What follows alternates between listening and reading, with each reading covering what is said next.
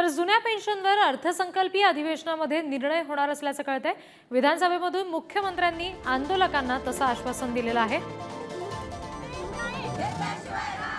जुनी पेन्शन योजनेसाठी हिंगोलीमध्ये अशा पद्धतीनं आंदोलन सुरू आहे। विविध कर्मचारी संघटनेच्या वतीने हिंगोलीमध्ये 22 संघटनांनी बंदमध्ये सहभाग घेतलेला आहे।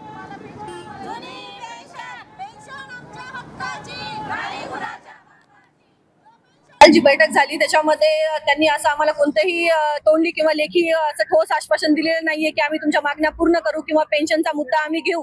त्यामुळे आम्ही जो निर्णय घेतला होता की 14 तारखेपासून आम्ही बेमुदत संपावर जाणार आहोत, त्यामुळे आम्ही तो संप आज कायम केलेला आहे। मध्यवर्ती संघटनेचे पूर्ण पदाधिकारी तिथं मुख्यमंत्री यांना भेटण्यासाठी गेले होते।